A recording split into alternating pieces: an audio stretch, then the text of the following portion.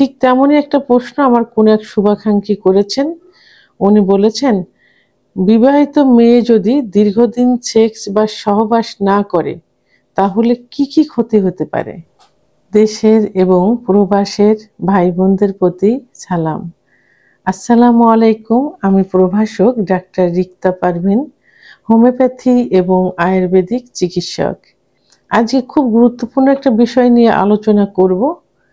যে প্রশ্নটা বিশেষ করে প্রবাসী ভাই, প্রবাসী বোনেরা এবং প্রবাসী ভাইদের বউয়েরা করে থাকে, এবং যাদের স্বামী স্ত্রীকে রেখে দেশের ভিতরে চাকরি করে বা ব্যবসা বাণিজ্য করে কাছে আসতে পারে না, তাদের এই প্রশ্নটা বেশি থেকে থাকে। ধন্যবাদ আপু, সুন্দর একটা প্রশ্ন করার জন্য। আমার সব থেকে বেশি ভালো লাগে যে এখন অধিকাংশ নারী পুরুষ কিন্তু এই সেক্সুয়াল বিষয়ে কিন্তু অত্যন্ত সচেতন। আরো ভালো লাগে যে অনেক ধর্মপ্রিয় ভাই, যারা অনেকেই এই বিষয়গুলো অনেক পছন্দ করে থাকেন, কারণ তাদের ভিতরে একটা আসছে যে আসলে এই পৃথিবীটা টিকে আছে কিসের মাধ্যমে? সেটা একমাত্র মাধ্যম কিন্তু যৌন মিলন। তো যাই হোক, এখন বিষয়টি হলো যে যদি একজন বিবাহিত মেয়ে দীর্ঘদিন সহবাস না করে তাহলে তার কিন্তু অনেক সমস্যা হতে পারে। অনেক।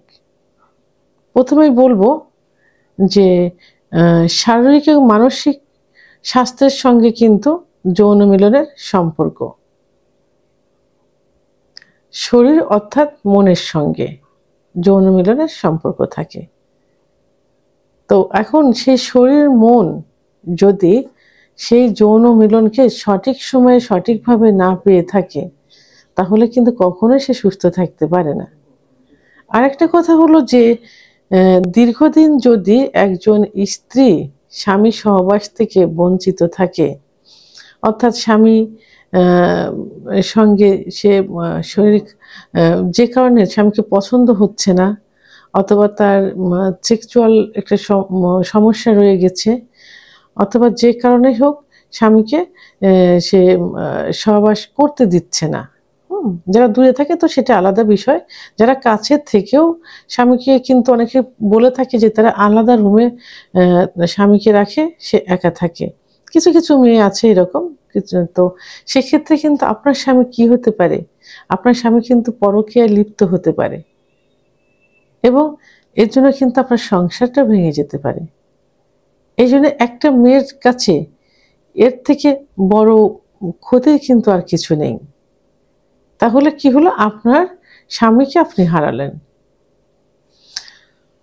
এরপরে যে সমস্যাগুলো হয় সেই সমস্যাগুলো হলো যে একটা মেয়ের যখন দীর্ঘদিন সহবাস থেকে বঞ্চিত থাকবে, অর্থাৎ বিবাহিত মেয়ে, তার যোনিপথের মধ্যে বার্ধেলিং নামক একটা গ্রন্থি থাকে, যেখান থেকে কিছু পিচ্ছিল পদার্থ বের হয়, যার কারণে জায়গাটাকে পিচ্ছিল করে থাকে।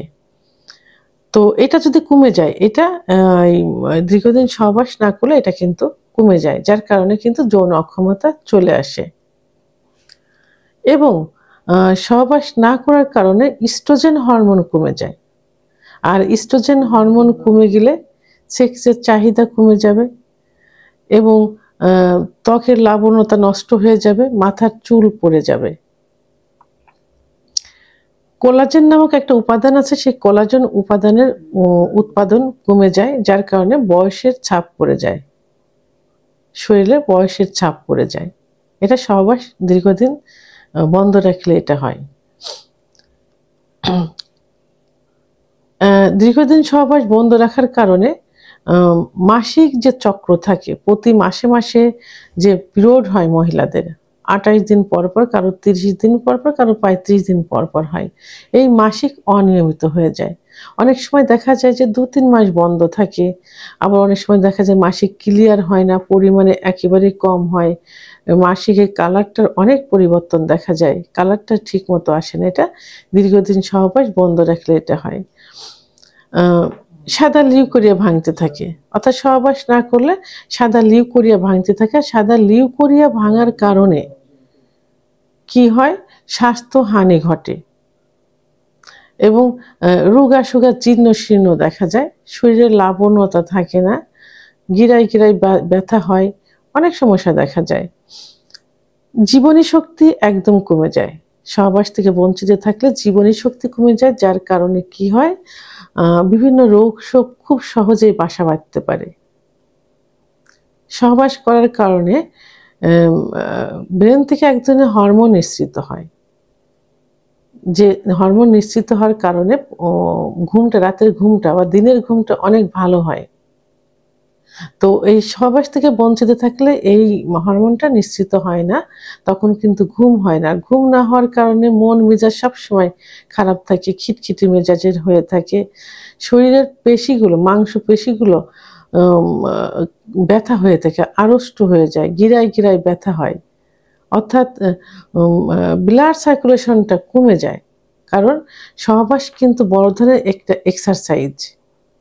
সেহেতু একটা বিবাহিত মেয়ে দীর্ঘদিন সহবাস না করলে তার পুরো লাইফটাই কিন্তু শেষ হয়ে যায়।